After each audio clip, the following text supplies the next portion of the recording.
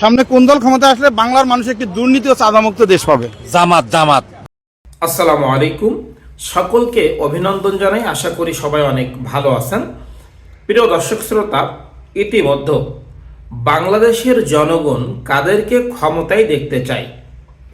দেখুন, বাংলাদেশ এর জনগণ বলছে আমরা নৌকার দেশ শাসন দেখলাম, নাঙ্গল মার্কার শাসন দেখলাম, ধানের শীষের শাসন দেখলাম। আমরা তিনটি মার্কার তিনটি দলের শাসন দেখেছি বাংলাদেশে, কিন্তু আমরা এখনো বাংলাদেশে জামাতে ইসলামের শাসন দেখি নাই।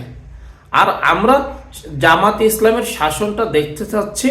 আসলে বাংলাদেশে যদি জামাতে ইসলামী ক্ষমতায় আসে তাহলে বাংলাদেশটা কেমনভাবে তারা চালায় আমরা এমনটা দেখতে চাচ্ছি। জনগণ এমন কথা বলছে। প্রিয় দর্শক শ্রোতা, তো জনগণ কেমনভাবে তারা বিশ্লেষণ করছে একটু যদি ভিডিওটি না দেখেন তাহলে আপনারা বুঝবেন না।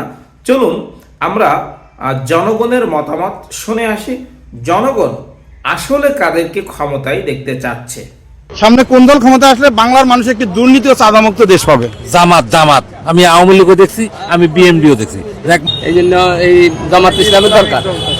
জামাত ইসলামরে একবার আনা উচিত। উচিত না আপনি ভোট দিবেন না এমনি চিন্তা করতেছেন কোনটা? ভোট দেব। কোন দল ক্ষমতা আসলে এই চাঁদা এবং দুর্নীতি দূর করতে পারবে বলে আপনি বিশ্বাস করেন? হলো জামাত ইসলাম আইলে চাঁদা মুক্ত থাকবে। কখন আপনার কাছে চাঁদা নিতে আসে নাই? না, জামাতের ছেলেপেলে যারা আছে ওরা আসছে এবং বলছে যে যদি কেউ চাঁদা নিতে আসে তাইলে আমাদেরকে ফোন দিবেন। জামাত ইসলাম ক্ষমতা আসলে দুর্নীতি বন্ধ হবে, চাঁদাবাজি বন্ধ হবে। এই পর্যন্ত আমরা কোনো দুর্নীতি চাঁদাবাজি তাদের পাই নাই। তারা যে কয়েকজন এমপি মন্ত্রী ছিল তাদের ওইভাবে দুদকে বা কেউ তলব করে নাই, তাদের বিরুদ্ধে কোনো মামলা হয় নাই। এই জিনিসগুলো আমরা দেখছি। তারা দেশ ছেড়ে পলাইও সেক্ষেত্রে জামাত ইসলাম ক্ষমতা আসছে। আশা করি একবার জামাত আসলে মনে হয় দুর্নীতি চাঁদাবাদ এগুলো মনে হয় দূর হতো। কারণ যে আওয়ামী লীগ বিএনপি সবগুলাই তো দেখলাম এই বয়সে এসে, একবার জামাতকে দেখিনি। জামাতকে একবার দেখতে খুব ইচ্ছা হচ্ছে। প্রিয় দর্শক শ্রোতা, আপনারা অবশ্যই দেখলেন জামাতকে তারা ক্ষমতায় চাচ্ছে। তারা বলতেছে যে সব দলই দুর্নীতি করেছে কিন্তু জামাত ইসলাম এখনো দুর্নীতি করে নাই। আমরা জামাত ইসলামীকে ক্ষমতায় দেখতে চাই, এটাই হচ্ছে মেন পয়েন্ট জনগণের। তো আমি একটি কথা বলতে চাই, বাংলাদেশে যে বিরোধী দল এখন রয়েছেন, বিএনপি বলেন, আওয়ামী লীগ বলেন, আপনাদের ভিতর ম্যাক্সিমাম কিছু মানুষ রয়েছে চাঁদাবাজ। এই চাঁদাবাজদের জন্য জনগণ আপনাদেরকে প্রত্যাখ্যান করতেছে।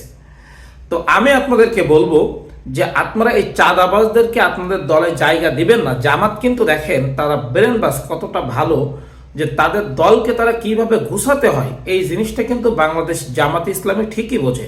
তারা যেন তেন মানুষকে তাদের পদে কিন্তু স্থান দেয় না।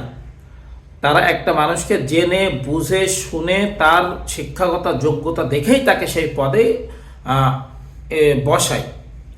আর আপনারা কি করেন, একটা মানুষের বিচক্ষণতা না করে তাকে কে কি বলে এটা না দেখে আপনারা একজনকে পদে বসিয়ে দেন। এটাই হলো আপনাদের সব থেকে বড় দোষ।